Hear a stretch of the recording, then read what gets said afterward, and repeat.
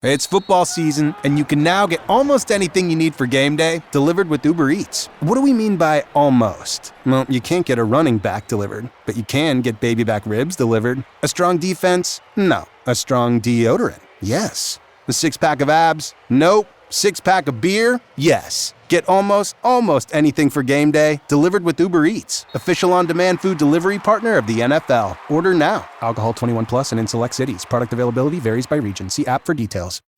Good morning, crust. It's a great day to be a bread brother. Ugh, mornings are not my jam. Or jelly. Oh, come on. Stop loafing around. I just woke up feeling hollow inside. Just grab one of the new Morning Uncrustables sandwiches, like Bright-Eyed Berry or Up and Apple, filled with 12 grams of protein and tons of deliciousness. Crust, what are you eating? It's just granola, not even yogurt.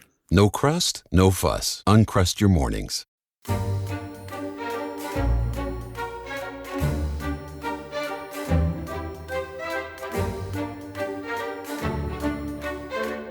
No, my Lord Count, you will not have her. You will not have her. Because you are a great nobleman, you think you are a great genius. Nobility, fortune, rank, position. How proud they make a man feel. What have you done to deserve such avantage?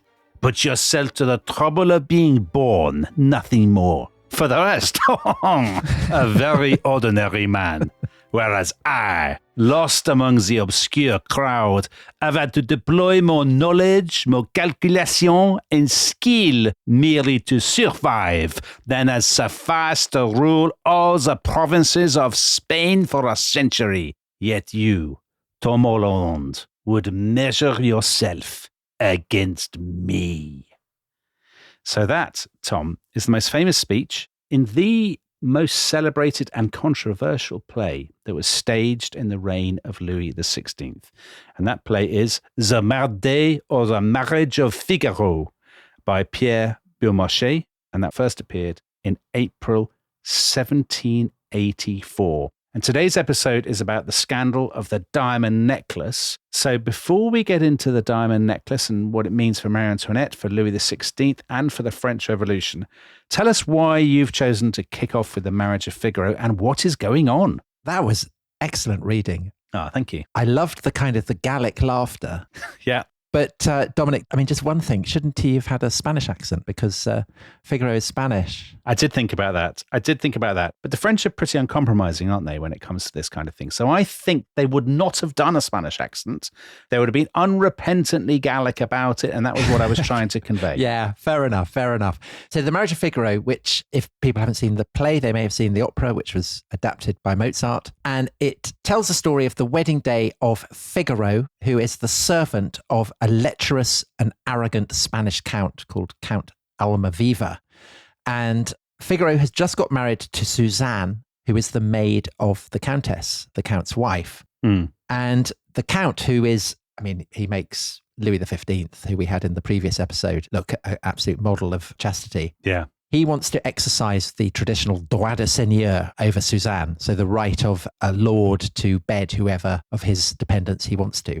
And all kinds of farcical shenanigans ensue, Dominic. Love a farcical shenanigan. So lots of cross-dressing, lots of hiding in cupboards, jumping out of windows, all kinds of things like that. But the plot ends up in a garden by night. And the Countess and Suzanne have kind of teamed up, and they've got this plan to basically publicly humiliate the Count and kind of get him to reform out of shame. And so to that end, they've swapped clothes so that the Count will mistake his wife, the Countess, for the maid, Suzanne, and vice versa. So it's a kind of classic French farce. And Figaro is worried that Suzanne is going to sleep with the Count, even though they've just got married, furious about it. And so that's what's provoked the rant that you began this episode with. You know, he's very upset that the Count is behaving like this, understandably. And he also thinks that Suzanne is betraying him. And so he's assembled a large crowd to catch the Count and Suzanne in flagrante, because he thinks this is what's going to happen. But it all ends very happily. Hurrah! Because Suzanne is very indignant that Figaro wouldn't trust her, reveals the whole plot to him. The couple are reconciled. They have a kiss. The Count sees them kissing and thinks that Figaro is getting off with his wife, the Countess. absolutely explodes, orders them all to be arrested. The crowd summoned by Figaro kind of assemble on the stage, with flaming torches and everything. At this point, the Countess emerges and reveals who she is. The Count realizes that he's been an absolute bounder, that he's been tricked, and there's a long pause, and then he falls to his knees and begs for forgiveness. Mm-hmm. In the opera, it's a stunningly beautiful moment. And the Countess does forgive him, and everyone is forgiven. And the last line of the plays, which is accompanied by music, is everything finishes with songs. So there's this idea that the class tensions and the iniquities of the aristocracy can be resolved with beautiful music. But at the time, this play by Beaumarchais, 1784, incredibly controversial in France because it was seen as so radical in that it was upturning the social order. There are lots of jokes and remarks and allusions to censorship or the way the justice system works or the fear of being locked up in the Bastille. Now, when in Robert Darnton's brilliant book, The Revolutionary Temper, there's a whole chapter about the controversy about the marriage of Figaro and how that foreshadows the revolution. Yeah. And people listening to that praise, they were able to keep track of it. They may be wondering, how could a farce like this have this kind of incredible reputation? It had it at the time and it had it in the revolution. So Danton, who we'll be coming to, one of the great revolutionary leaders, he says of it, it killed off the nobility. You might think actually it's the guillotine that does that. But Dan says, no, it's the marriage of Figaro. And Napoleon says of the play, because we remember we did the episodes on the young Napoleon, didn't we? He loved a play. Yeah. And he said that, this is the revolution in action avant la révolution. This is what the revolution is going to become. Right. So the obvious question then, if it is as incendiary as contemporaries thought, how on earth did it come to be staged? And not only come to be staged, but become, unbelievably famous, kind of in the way that a blockbusting Hollywood movie today might be, going completely viral, copied, parodied. So, the fact that Mozart turns it into an opera within 2 years of it being premiered is a kind of indication of the cultural cachet that it has and the celebrity and indeed the notoriety. And the truth is that the difficulty of getting it on stage becomes part of Beaumarchais' marketing strategy. So he gives the finished script to the Comédie Française in 1781. And they say, yeah, this is brilliant. It's a sequel to a previous play that had also featured Figaro and the Count. So they're very keen to put it on, but it takes them 3 years to get on. And the reason for that is that the king is massively offended by it. He calls it detestable. He particularly hates the speech that you just read, and he repeatedly tries to ban it. But he reckons without two things. And one of them is Beaumarchais himself, who is an amazing figure, incredibly charismatic, extraordinary life. He'd been a royal agent in London. He'd been sent there to protect Madame du Barry, Louis XV's mistress, from a libelous pamphlet. He'd had all kinds of dealings with the Chevalier d'Eon, who is a diplomat who people think may even have been female, but it's kind of a cross-dresser. And again, kind of cross-dressing is a kind of theme throughout the marriage of Figaro. He ends up running guns to the Americans. He publishes the complete works of Voltaire, the great wit and philosophe. So an amazing guy, and is brilliant at self-publicity. And he uses the censorship battle to publicize the play. And he's able to do this by exploiting what we were talking about in the previous episode, that there are different factions in the court. And lots of the nobility who are opposed to the stuffiness of the king think it's very, very funny to get the play on. Yeah. And one of the people who thinks it's funny to get the play on is the queen herself, Marie Antoinette. Who we talked about the last time, who's been behaving in a way that they think is not suitable for a queen because of her love of the kind of Rousseauist nature and simplicity and stuff. And because she's kind of got a girlishness to her, a lightness, and French queens are meant to be heavy. Yeah. And she thinks it's hilarious, doesn't she? She thinks it's really funny. She does. So Simon Sharma in Citizen says, the more outrageous the denunciations of the established order, the better the queen liked it. And that's because the people that she doesn't get on with at the court are the kind of rigid, formal, old guard kind of people. Yeah. And they're the kind of people to some degree who don't like this play and are being mocked by it, right? So she's naturally on the side of lightness and laughter, Tom. Absolutely. And one of the king's brothers, so not the Comte de Provence, who is the kind of particularly embittered one, but the younger brother, the Comte d'Artois, who's very close to Marie Antoinette. I mean, he loves it as well. He pushes for it to be on. And so it becomes a massive, massive succès d'estime, not just among, the ordinary mass of theatre goers, but among the nobility. And again, Sharma, in his account of this, quotes an aristocrat, Henriette de Frauenstein, who describes all the aristocrats in the audience slapping themselves on their own cheeks, laughing at their own expense, and even worse, making others laugh too, a strange blindness. But talking of a strange blindness, so that's in the spring of 1784, that there's this farce, assignations, disguises, all of this kind of thing. And then, unbelievably, just weeks later, there will begin an affair, scandal, that makes the story of the marriage of Figaro, the farcical goings-on, look humdrum and unfunny and colourless by comparison. And this is the beginning of this tremendous scandal, the affair of the diamond necklace, Tom. And this kicks off, am I right in saying, on the 11th of August, 1784, so just a few months later. Yeah, so the Marriage of Figaro has premiered in the spring of 1784. And as you say, on the 11th of August, an event happens that weirdly echoes the kind of the climactic scene in the Marriage of Figaro, but as you said, ramps it up to a scandalous degree. So that evening, a Parisian milliner called Nicole Le Guay, who has been reduced to prostitution by the exactions of loan sharks, or so she says, is driven to Versailles. And to quote Jonathan Beckman, who is not only a historian but plays cricket with me in the authors, but has written a brilliant account of the whole scandal, How to Ruin a Queen. His description of Nicole: she was young, pretty and broke, and with her broad forehead, her straight chiselled nose and her small protuberant mouth, she resembled Dominic, no one so much as Marie Antoinette. So she gets driven to Versailles, and she's greeted there by a woman who calls herself the Vicomtesse de Valois, who tells Nicole something amazing, that the Queen has personally requested that her, Nicole, do the Queen a favour, and that in return, Nicole will be given 15,000 livres, which is a lot of money for an impecunious prostitute. Huge amounts of money, yeah. And more than that, because she's doing the Queen a favour, she will be given a title.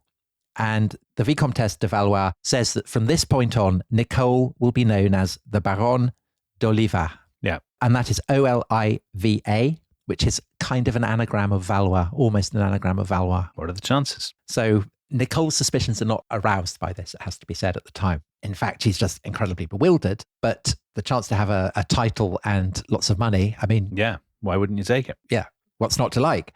So she stayed at Versailles. The next day, she's dressed in kind of a plain but expensive white muslin dress. And people who heard our previous episodes will know that this is the kind of signature costume of Marie Antoinette herself. And she's given a demi-bonnet which covers her face, but kind of enables people to see her lips. The Vicomtesse then hands, let's call her d'Oliva, because that's now her title, a tiny letter, and says that she is going to lead her into the park at Versailles, into one of the gardens, and that when she gets there, a noble seigneur will be waiting, and she's to hand this letter over, plus a rose, and that as she hands the letter and the rose over, she is to say to this seigneur, you know what this means. And that's all she has to do.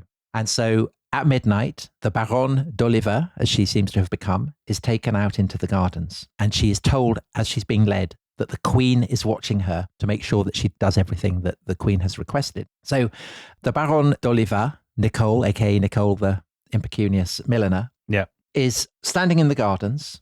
You know, the kind of roses around, faint splashing of fountains in the distance, the stars are blazing in the sky. Not long afterwards, she sees a man approaching her. And this is a man in a long black cassock and a very kind of broad-brimmed floppy hat. He comes up to her, and the poor Baronne is terrified. You know, she doesn't know who this person is. She's in the royal gardens. What's going on? But she kind of summons up her courage, and she hands over the rose, and she says, as she's been instructed to do, you know what this means. She's just about to hand over the letter when there's suddenly a kind of an uproar, torches in the distance, the sound of footsteps coming, and the Baronne's arm is grabbed, pulled into the bushes. It's the Vicomtesse who's got hold of her, hurries her back, takes her into her private quarters. And the Baronne d'Oliva, Nicole, apologizes that she hasn't been able to hand over the letter. Yeah. But nobody seems to care. Instead, there's a big meal, the wine flows, and they go to bed. And in the morning, the Vicomtesse shows Nicole, the Baronne d'Oliva, a letter that she has received from Marie Antoinette. And she reads the letter out. I'm very happy, my dear Countess, with the person you procured for me. She played her role to perfection. At this point, the Vicomtesse rips up the letter because she says it is not the kind of letter that one should carry around. So there is no evidence for any of this that's happened. Yeah. The Vicomtesse then hands over a third of the fee that's been promised. And then the Baronne d'Oliva is driven back into Paris. From this point on, there is no further reference to her title. So she goes back to being Nicole, and there is no further money. And that seems to be the end of the matter. I mean, all very, very strange. And this is from Nicole's own account, isn't it? Well, it's from the account of her lawyer. Yeah. Everything you're going to hear in this story Yeah. comes from the accounts given by different lawyers to make money, publish memoirs of what their clients had told them. But also, Dominic, to be fair, to try and get their clients off, as we will see. Yes, of course. So this is Nicole's story. So Tom, a very kind of Mozart-friendly episode, this. It's very, very Mozart. The Queen looking on, presumably a mysterious suitor in the darkness, the rose is handed over, all of this kind of thing. I mean, it's made for an opera. Yeah. Turn on the lights for us and tell us, first of all, who is that mysterious man in the cassock that the Queen appears to be giving a rose to? Well, he is an amazingly important figure in the French noble hierarchy. He's a man called Louis de Rohan, and he is a scion of the grandest non-royal family in France. So he traces his lineage back to the one-time kings of Brittany. Mm-hmm. The Rohan have this phrase, Roi ne puis, prince ne daigne, Rohan suis. I cannot be king, I won't be a prince, I am Rohan. Right. So it's better to be Rohan than to be a king or a prince. Theoden would agree with that, Tom. Of course, of course. And in his role as a Rohan, he gets to inherit the bishopric of Strasbourg, which brings with it a cardinalate. He inherits this and he becomes the Cardinal de Rohan. Right. And in his character, he's a very generous man. But in other ways, I mean, he's the kind of person who would very easily be taken in by a confidence trickster. I think it's fair to say. He's basically a character from a sort of Ben Jonson play or something, or a Molière play. He's the kind of person who, if he got an email from someone saying, you know, I need your passport details and £100,000, please send it here, he would do it. Yeah. So there was an abbé who'd been at the seminary with him, you know, when they were young, who remembered him as haughty, inconsiderate, unreasonable spendthrift, not very bright, fickle in his tastes and his friendships. Right. But as I say, he does have two good qualities. He's very generous, and Dominic, he's an Anglophile. So these are positives. Tremendous man. Won't hear a word against him. The problem is, though, that he has infuriated Marie Antoinette. Marie Antoinette hates him. And the reason for that is he'd gone to Vienna as ambassador. And because he's an Anglophile, he doesn't really like the Austrians. And he's always writing rude letters about Maria Theresa, Marie Antoinette's mother, to his confidants at Versailles. And one of them reads out something rude he said about Maria Theresa, and it gets back to Marie Antoinette. So she's very upset about this. Mm. And when he comes back from Vienna, he's in Versailles, he loves a bit of gossip, he's not very bright. He goes around accusing Marie Antoinette of having an affair with the Comte d'Artois, the younger brother of Louis XVI. It's very reckless of him. Yeah, I mean, it's mad. And also he says of the Queen, she displays a coquettishness that prepares the way for an accomplished lover to succeed with her. I mean, mad. Yeah, he's foolish and he lets his tongue run away with him, clearly. And people who've seen Dangerous Liaisons or read the book by Leclos, written at exactly this period. I mean, this is exactly what's going on. It's people kind of gossiping about each other, overhearing it, reading letters that aren't meant for them, all this kind of thing. So it's absolutely part of the climate. Yeah. But the Cardinal de Rohan is not smart enough really to profit from it. And so he's distraught that he feels that Marie Antoinette is standing in the way of him getting the kind of promotion that he feels should be his right as a Rohan. Mm-hmm. So he'll do anything to try and get her back. And it's at this point that an impecunious woman with a sob story approaches him. Yeah. And this is a woman called Jeanne de la Motte. And she claims descent from the Valois, who are the traditional royal family who kind of gone extinct in the 16th century, being replaced by the Bourbons. But that's obviously just rubbish to appeal to the Cardinal, isn't it? I mean, she's a swindler. Well, this is the story. This is her story. Yeah. And she approaches the Cardinal for some charity, which the Cardinal gives her. And almost certainly they have an affair. How does that work? I'd like some charity, please. Oh, my dear. I've got some charity upstairs. Come through. I think that's exactly how it works. Right. So the Cardinal is a notorious womanizer. Right. As cardinals in the Ancien Regime tend to be. They've got to be by law, surely. So having done that, La Motte then thinks, do you know what? I'm going to aim higher. And amazingly, she wants to get quarters in Versailles. And so she persuades the Cardinal to introduce her to one of the sisters of Louis XVI. And La Motte has prepared for this moment very, very skillfully. So she's introduced to the sister of Louis XVI and she faints. She's kind of overcome. And whether this is staged or whether it's real, I mean, who knows? But The consequence of this is that she is seen as an unfortunate who has suffered terrible things and therefore needs to be helped. And this plays into the spirit of kind of sentimentality and sensibility that is absolutely kind of current and associated with Marie Antoinette and her vibe at Versailles. And so she gets these quarters, and using this, she starts telling the cardinal that she's become great friends with the queen herself. I mean, the queen does have her, you referred in the last episode as her squad. So it's not that impossible. I mean, it could happen. Right. So the cardinal completely believes it. Yeah. And La Motte then starts saying, the only way to get to Marie Antoinette's heart is to buy her the most notorious necklace in France. It had been made by the court jewelers, Burma and Bassange, who had been commissioned by Louis XV to make this. It's called kind of slave necklace. Yeah. Because it looks like a kind of collar that a slave might wear. And it consists of 647 diamonds, and these weigh 2,800 carats. Yeah. So, I mean, it's massively vulgar. And so Jonathan Beckman describes it as grotesque and almost literally unbearable. It more resembled an item of chainmail or something a monk might wear in penitential self-chastisement than a coveted piece of jewellery. It's a necklace that Donald Trump would buy for a lady of the night. Yes, for a porn star, perhaps. Yeah. And unfortunately, the jewellers had never been able to give this to Madame du Barry because Louis XV had died. And so therefore, Madame du Barry had been chucked out of Versailles and wasn't in a position to buy it. And so they're stuck with this enormous bill.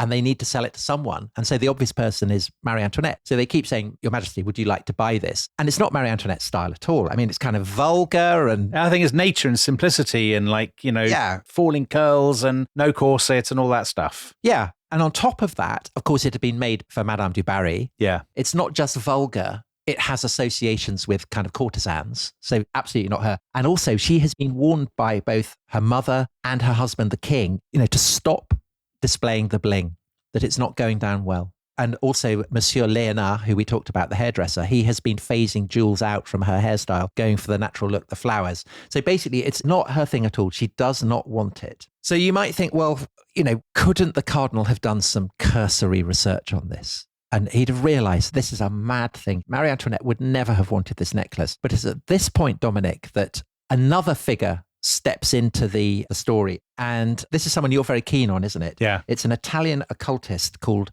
supposedly, the Comte de Cagliostro. Yeah. So his story is enough to take up multiple podcasts, but just to absolutely condense it, he told multiple different stories. Some of them, he said he was the son of the Master of the Knights of Malta, or a bigwig from Egypt, or an Ottoman pasha. There were stories that he was 300 years old. No, even longer. Yeah, stories that he'd been at the wedding in Cana in the Bible with Jesus and co.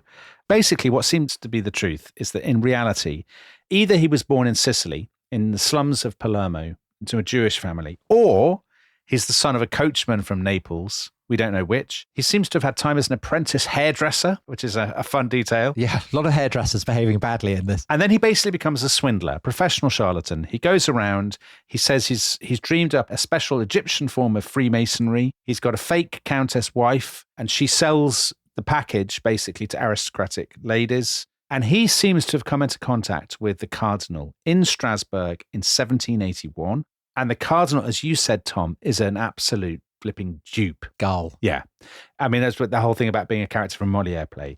And that he believes all this stuff about Freemasonry on the occult. He believes that Cagliostro is an alchemist. And there are stories, aren't there? And I think they're probably not true, but there are stories that Cagliostro is in on the plot and held seances and occult rituals to persuade Rohan that the stuff about the necklace is true and that this is the way to Marie Antoinette's heart. And of course, the thing is always with confidence tricks is that people have to want desperately to believe that what they're being told is the case. Yeah, of course. And just to be clear what the confidence trick is, because it's quite complicated, and so therefore the story is quite complicated as well. Essentially, La Motte wants to get hold of this enormous diamond necklace. She wants to have it delivered up to her. And to do that, she's embroiling the Cardinal in an incredibly complicated scam. And whether Cagliostro is part of it or not, I mean, let's park that. Certainty is impossible on that. But La Motte's wheeze for getting the Cardinal de Rohan to believe that Marie Antoinette wants it. I mean, this is what this entire scam in the garden is about. So it's La Motte. She's the one who is getting Nicole to come out, telling her to go out into the garden and to meet Marie Antoinette. Of course, she's not meeting Marie Antoinette. The whole thing is a scam. And the reason that Nicole has been chosen is because she looks like Marie Antoinette, and so therefore will convince the Cardinal de Rohan that this is all above board, and it all goes tremendously well. Nicole has played her part. La Motte has her dump back in Paris. That's why no further contact is made with her. And it works brilliantly because now the Cardinal is convinced that Marie Antoinette genuinely wants this diamond necklace. And of course, it's not just the Cardinal who is being suckered, it's the jewellers as well. The jewellers too want to believe that the Queen wants this necklace because otherwise, they're ruined unless they can offload it. Yeah. So November 1784, so this is, a few months after the meeting in the gardens at Versailles, the Cardinal gets a letter that has been signed Marie Antoinette de France, which is a signature she would never use because that's not diplomatic at all. And the Cardinal, as a former diplomat, should have known this, but he doesn't. Mm-hmm. And in this letter, he gets informed that the Cardinal is to acquire the necklace for the Queen and that the Queen will pay for it in 4 installments. So brilliant. The jewellers are delighted. The Cardinal is delighted. This is his way back. So on the 29th of January, 1785, the jewellers give the Cardinal the necklace. A courier then arrives who claims to be from the Queen. The Cardinal gives the necklace to this courier. What a fool that Cardinal is, Tom. I mean, unbelievable. Do you think it's the courier, Dominic? No, who is it? Tell us who it is. Surprise us. It's one of La Motte's lovers. Yeah, you astound me. And he goes away. He gives it to La Motte's husband. So that's very, very Marquis de Sade. Yeah. So the husband then breaks it up. And he starts trying to fence the diamonds around Paris, but it's obviously dangerous to be doing it in Paris. So he then goes to London and starts doing it there. Yeah. Meanwhile, of course, the jewellers are waiting for their money and the Cardinal is waiting for signs of the Queen's favour that he's been promised. And he goes to court and he's kind of waiting to see the Queen with this lovely necklace. With the necklace. Absolutely nothing. So early July, he thinks, I've got to see what's going on. So he sends Marie Antoinette a discreet note, kind of saying, very much looking forward to you seeing these. Wink, wink, you know what I've got you, eh? Nudge, nudge. Oh, God. And Marie Antoinette thinks he's mad and just disposes of the letter. Yeah, of course. This episode is brought to you by Rocket Money. Tom, we often talk about how to organise our finances. I'm very conscious that I'm paying for a lot of mad subscriptions. And there's one thing that we've talked about often on this show. It's the thing that we probably hate more than any other, and it's a hidden fee. I would love to get my finances under control. There are all these things piling up on our bank statements, and I think I need to fix this problem. I need to sort this out and to stop this. I mean, my finances are so chaotic that I need this app. So I'll tell you what it is. It's called Rocket Money. It's a personal finance app that helps find and cancel your unwanted subscriptions. It monitors your spending and it helps to lower your bills so that you can grow your savings. With Rocket Money, you can track all of your subscriptions and you can easily cancel within the app with just a few taps, saving you time, avoiding charges. And you can also set budgets and goals and get personalized insights and regular reports to track how you're doing. They will even send you real-time alerts for large transactions, upcoming bills, refunds, and even low balances. So let Rocket Money help you reach your financial goals faster. Join at rocketmoney.com/ishistory. That's rocketmoney.com/ishistory. rocketmoney.com/ishistory. This episode is brought to you by Indeed. Stop waiting around for the perfect candidate. Instead, use Indeed sponsored jobs to find the right people with the right skills fast. It's a simple way to make sure your listing is the first candidates see. According to Indeed data, sponsored jobs have 4 times more applicants than non-sponsored jobs. So go build your dream team today with Indeed. Get a $75 sponsored job credit at Indeed.com/podcast. Terms and conditions apply. I am your host, Stassi Schroeder. Welcome to Tell Me Lies, the official podcast. What's the most unhinged thing of season 3? Steven, because he's so evil. I do think he is misunderstood. You see everyone face consequences. It's intoxicating. The writers just know how to trick you. There's always a twist in this show. It's nothing you would expect. Tell Me Lies, the official podcast, now streaming, and stream the new season of Tell Me Lies on Hulu and Hulu on Disney+. And then early in August, the jewelers are so desperate because they're now facing bankruptcy that they go to one of Marie Antoinette's ladies in waiting and say, look, where's this money that the Queen promised us? And they go to the Queen. Oh, no. She's got no idea that any of this has been going on. And Marie Antoinette leads the investigation personally. Understandably, she's appalled. I mean, she's completely innocent, and yet her good name has been consistently abused throughout the entire affair. And she has this kind of dramatic declaration of purpose. Hideous vices must be unmasked. The purple of a cardinal and the title of a prince have cloaked a money grabber, a fraudster who dares to compromise the wife of his sovereign. France and all of Europe shall know of it. And so she goes to the king, and the king issues orders that the cardinal be arrested. And so he is on the 15th of August, and he is arrested while he's holding mass to celebrate the Ascension of the Virgin in the chapel at Versailles. He's in his full robes, smoke, bells, the works. Yeah. In come the king's guards. He's arrested and taken off to the Bastille. Crikey, Tom. What a story this is. So listen, everybody, come back after the break to find out what happens next.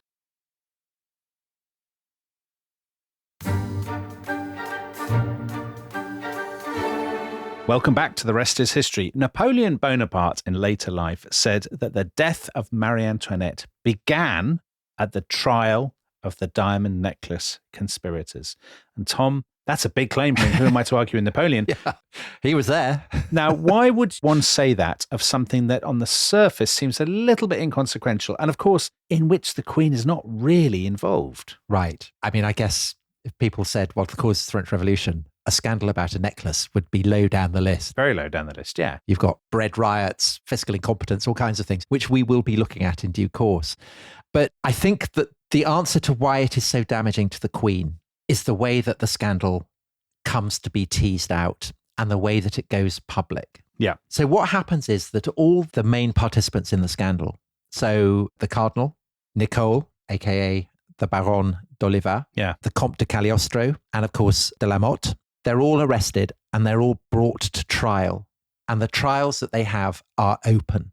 So, the proceedings can be reported. And so, the Queen had said, all of France and Europe shall hear of this. This is exactly what happens, but it doesn't work to her advantage. Well, just on that, so the openness, I think it's important that people get a sense of just what an enormous appetite for news and gossip there is in Paris, in particular, in the 1780s. So we mentioned earlier Robert Darnton's brilliant book, The Revolutionary Temper, and he talks in that about how all the different lawyers, we mentioned this, didn't we, in the first half, Tom, that the different lawyers of the various participants publish these, what they call these memoirs of the case while the case is going on. And these would go through multiple editions and they would sell tens of thousands of copies, and people would literally read them out in cafes and people would gather to read them together. It's a kind of collective experience of the news and of rumor and gossip. And this case is the perfect story for all that. And it actually ties together all these anxieties and sort of fantasies about Marie Antoinette that have been gathering pace for more than a decade. The closest parallel I can think of from modern times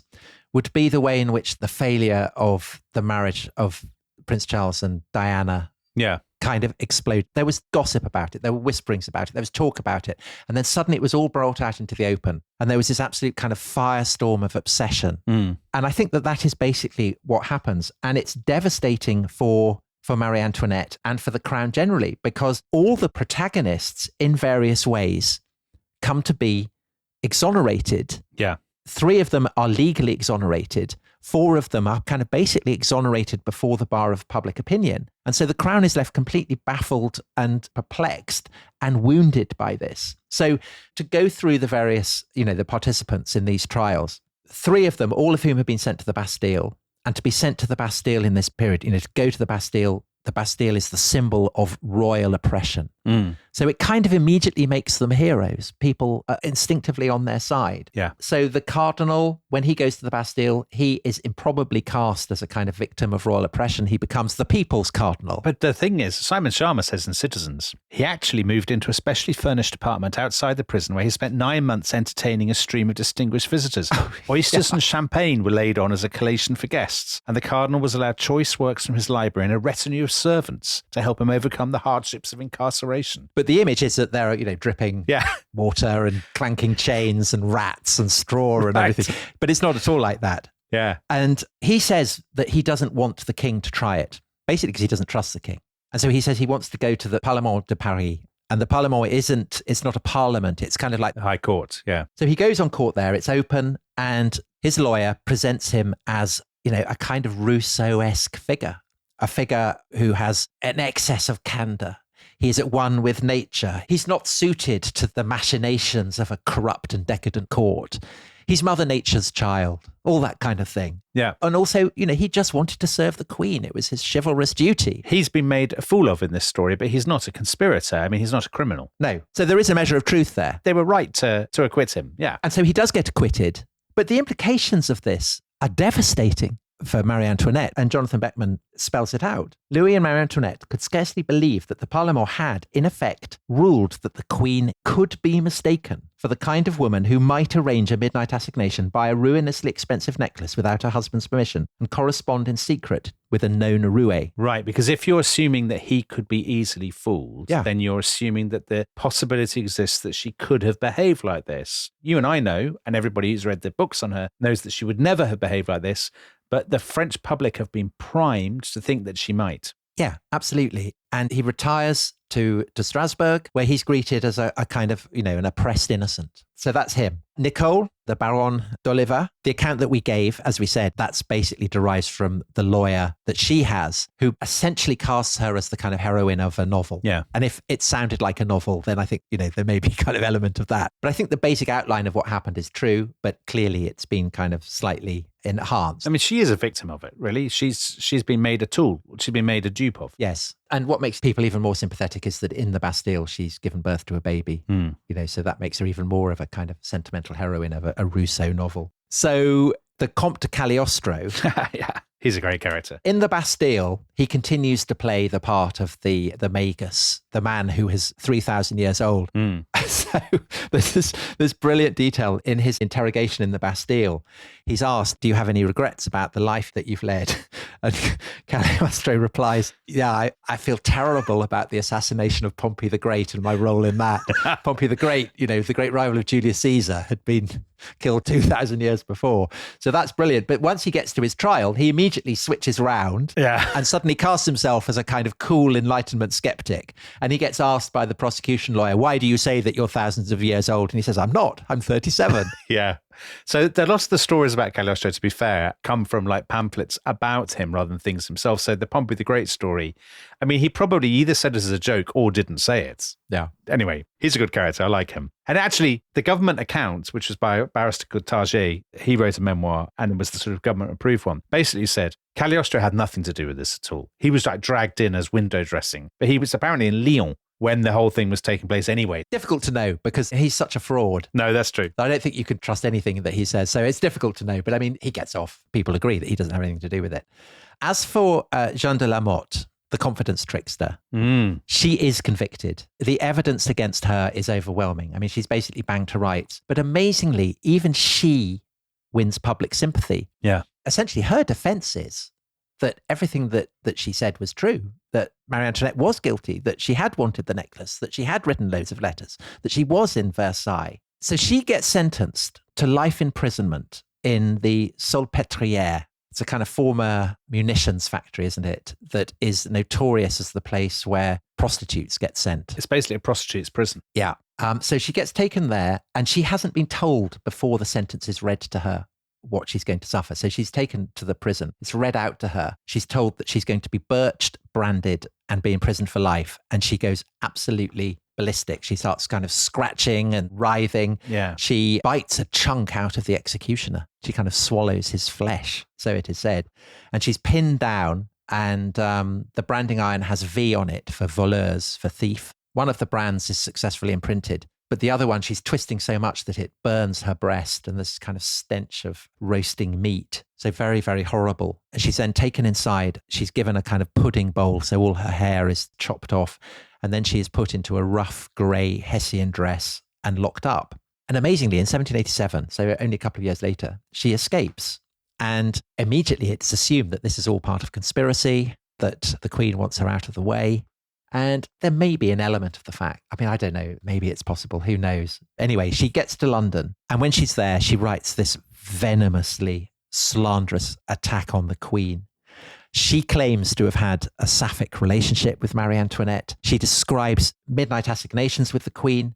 Heavens, I found her so beautiful. I said to myself, it is the goddess Flora toying with a humble little flower. So the idea of Marie Antoinette as predatory, as domineering. Yeah. Has groomed her. Has groomed her, yes, exactly. And Chantal Thomas says of her, she was the Justine of the pre-revolutionary epic. And Justine is the heroine of the Marquis de Sade's most famous novel. And the Justine is impeccably virtuous. And because she is virtuous, she is persecuted by the kind of Sardian monsters, the aristocrats. Yeah. And essentially, if she is the Justine, then Marie Antoinette is a kind of Sardian monster. Simon Sharma says she represented herself as an orphan of an older France, a heroine from the sticks, an innocent gone astray.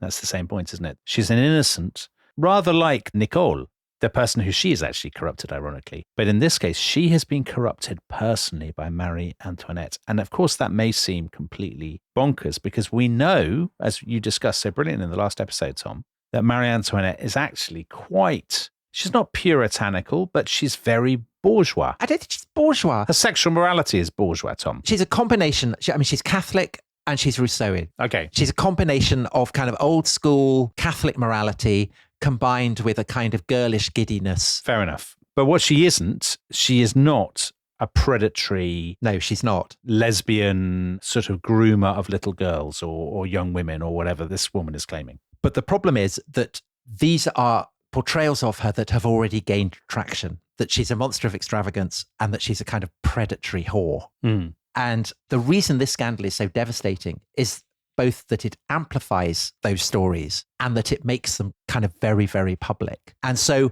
in the wake of it, the portrayal of her as a kind of monstrous nymphomaniac is completely turbocharged. So by 1789, and we all know what happens in 1789, a pamphlet is published which describes her sexual record.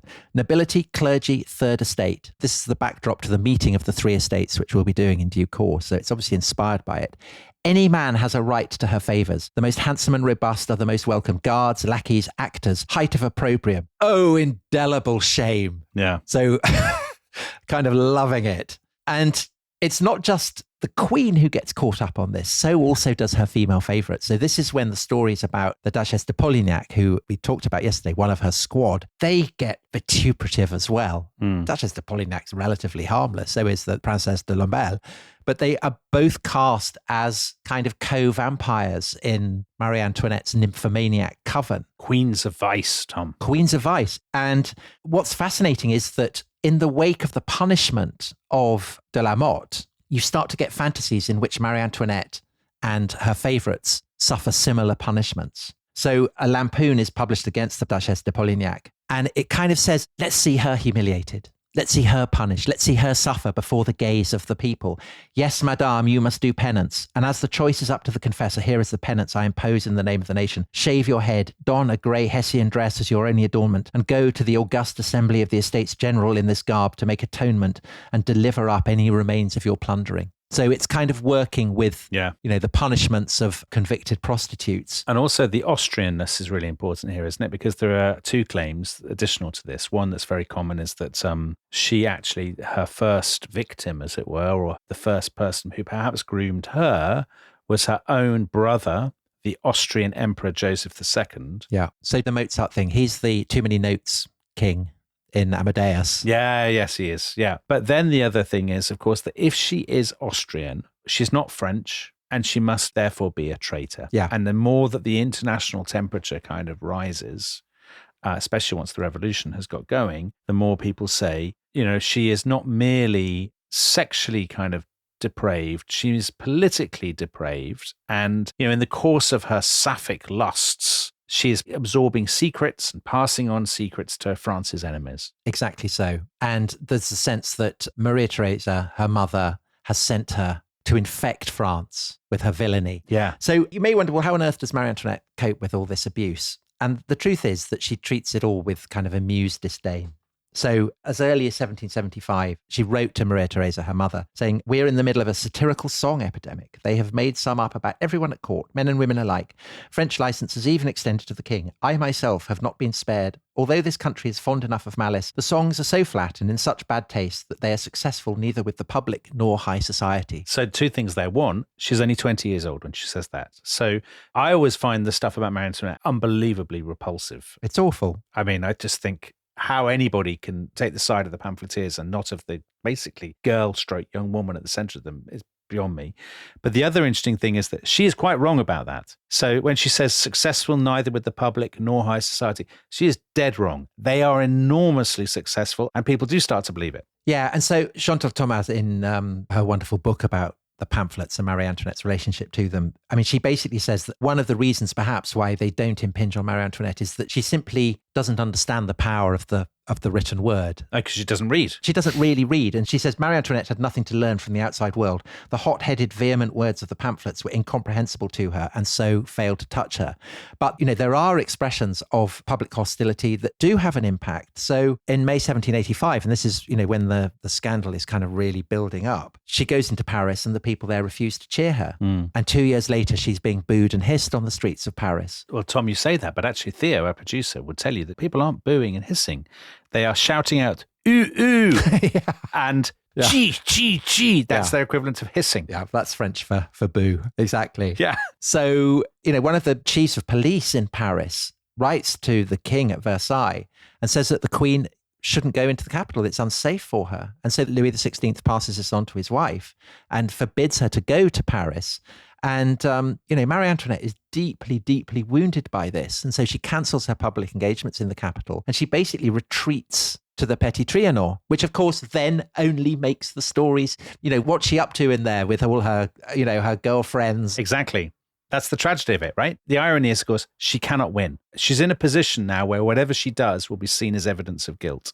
So ironically, the fact that she tried to be less formal than the court is seen that, you know, she's not a good queen. The fact that she's got her group of friends, she's a lesbian. The fact that she's not going into the city because she's being booed, that shows she's arrogant and she doesn't care about the people and a traitor. You know, she cannot win. Yeah. I feel really sorry for her. And so you may wonder, well, does this matter? You know, does any of this matter? It's just surface froth. It does matter because it doesn't just damage the queen. The whole scandal of the diamond necklace has also seriously, for the first time, damaged the public reputation of the king. Right. You know, again, there have been kind of rumors bubbling under the surface, but again, it is this trial that brings slanders against the king to the surface. And there are two things that they focus. The first is that he is cast as a despot. You know, he is the man who has sent all these people to the Bastille. He's a monster. He's an autocrat who doesn't respect the liberty of the people. And as we'll see next time, that has enormous traction because of the political and financial crisis that France finds itself in. It does, absolutely. And the tragedy is that in a way, the king has kind of absorbed some of the lessons. So his treatment of Beaumarchais, who has written a preface to one of his plays that the king interprets as being an attack on him. He orders Beaumarchais to be arrested, but this time he doesn't send him to the Bastille. He sends him to a prison called the Saint-Lazare, which is a correction centre for delinquent boys, you know, where they're taught the error of their ways and kind of given the birch and things like that. Right. And everyone finds this hilarious. And so Beaumarchais, who'd always had laughter on his side, now finds that the laughter is against him. And basically his reputation is destroyed by it. So it suggests the king is kind of learning how to play the game. The king, by the way, it's not a despot. I mean, that's one thing that's really worth stressing. There are many things that Louis XVI gets wrong, but being too bloodthirsty, too repressive is definitely, I don't think there's any historian who would think that was one of them. Right. If he'd been a real despot, the Cardinal de Rohan would have vanished and wouldn't have been sitting in his chambers having kind of capons. Yeah. But the other thing that this plays into is the idea of the king as sexually inadequate and more specifically now a cuckold.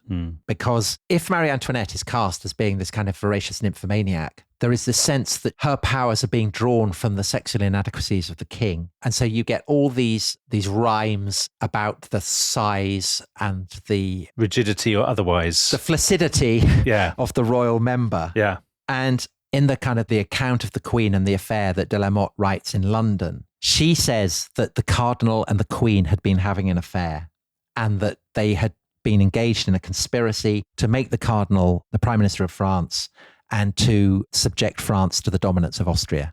And so the king is somehow seen as being complicit in this. And so the king and queen of France, the emblems of the greatness of the country, are being cast as agents of an enemy power. Well, Robert Darnton, in his book, The Revolutionary Temper, quotes a bookseller at the height of the diamond necklace affair, who wrote in his journal or to his brother, I can't remember which, but he wrote, "The public spirit has turned against him because he inspires no respect, no fear, no confidence, and he throws away the public's money for all sorts of follies." that is the lesson, that if you are a slightly gullible reader of these pamphlets, these propagandistic kind of pornographic fantasies, that's what you think about the king. That, as Darnton says, he's well-meaning but stupid, bewildered, incompetent, timid, indecisive, constantly drunk, unfit even to govern a German principality.